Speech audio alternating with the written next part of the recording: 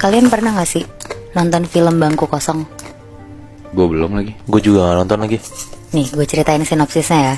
Jadi ini tuh ceritanya tentang satu murid yang disuruh guru barunya duduk di bangku kosong yang selama ini tuh gak pernah didudukin siapapun. Oh, kalau itu gue pernah dengar. Pernah dengar? Haha. Tapi setelah dia duduk di situ, Bi, banyak kejadian mistis yang menimpa murid ini. Oke. Nah, kali ini gue mau ceritain kejadian yang ada miripnya sama film Bangku Kosong. Jadi ini cerita tentang salah satu SMA terkenal di Jakarta.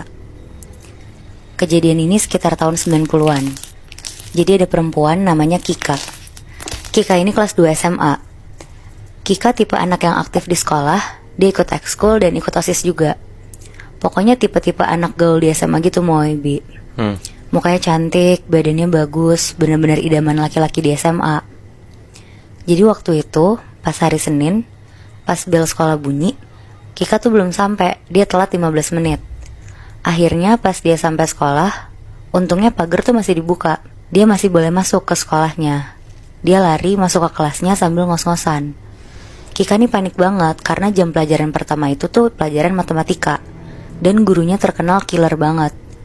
Kita sebut aja gurunya ini namanya Pak Seno. Oke. Pas Kika sampai depan pintu kelas, pelajaran udah mulai. Kika di situ takut banget, tapi daripada dia bolos, akhirnya dia beraniin diri untuk ngetok pintunya. Pas diketok, tok tok, "Assalamualaikum Pak, maaf saya telat." Terus Pak Seno ini bilang, "Kamu ini baru hari Senin aja udah telat, sana duduk."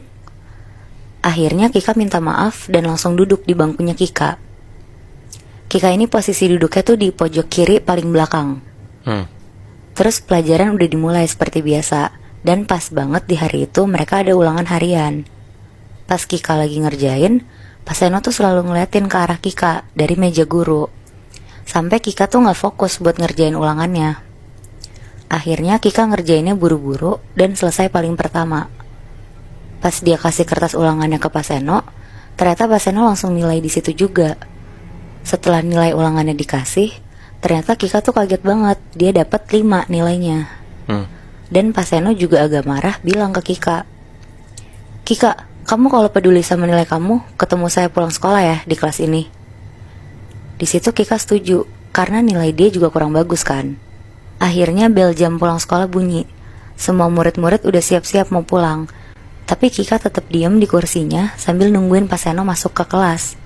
Karena tadi mereka udah janjian kan. Ya benar. Kika nungguin kira-kira udah sampai 1 jam, gak datang-datang juga nih Pak Seno.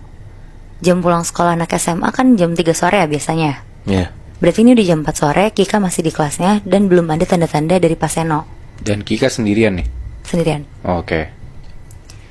Akhirnya Kika mutusin untuk keluar kelas mau ke ruang guru buat nyamperin Pak Seno.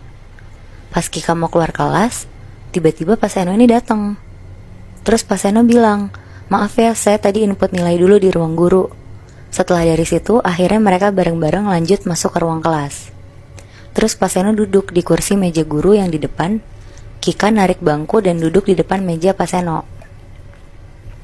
Di situ Pak Seno ngobrol sama Kika, nanyain mau dikasih ulangan tambahan atau gimana.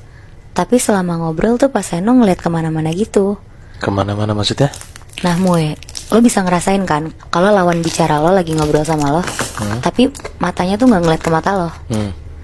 Nah si Kika tuh ngerasain dari si Pak Seno ini. Pak Seno ngeliat ke bagian badannya Kika terus-terusan, Moe. Oh ini guru mata keranjang gitu ya, Bi? Iya. Terus. Terus pas banget tuh kondisi cuaca lagi hujan deras. Jadi agak gelap kan, gak ada matahari. Cuma ngandelin lampu kelas yang gak begitu terang juga. Pokoknya ada momen dimana Pak Seno tuh nyentuh tangannya Kika. Terus ditarik tangannya sama Kika. Sampai akhirnya Pak Seno maksa Kika untuk berhubungan badan. Anjing. Ya. Di situ Kika nangis-nangis bilang gak mau. Tapi Pak Seno tuh maksa banget mau Bi. Kayak diperkosa gitu akhirnya. Di kelas? Di kelas. Oh shit. Bangsat. Keluar dari kelas, Kika hancur banget rasanya. Dia nangis-nangis dan trauma banget perasaannya. Tapi dia ingat kata-kata Pak Seno tadi. Kalau dia bilang ke orang-orang atau orang tuanya sekalipun, nilai matematikanya akan selalu jelek. Bahkan dibikin gak lulus sama Pak Seno. Di situ Kika bingung dan gak terima banget akhirnya. Dia diem di kamar mandi sekolah, nangis-nangis gak berhenti. Pokoknya mentalnya tuh hancur banget. Besokannya, hari Selasa, satu sekolah dibikin geger karena OB sekolah nemuin Kika di kamar mandi gantung diri dengan posisi satu badan udah biru. Oh shit. Di situ sekolah sampai nggak ada kelas sama sekali karena guru-guru pun shock semua ngeliat Kika, anak yang aktif yang ceria sehari-harinya, mutusin buat bunuh diri. Pas Seno dengar kabar itu, dia kaget banget dan seketika dia jadi nggak enak badan di hari itu.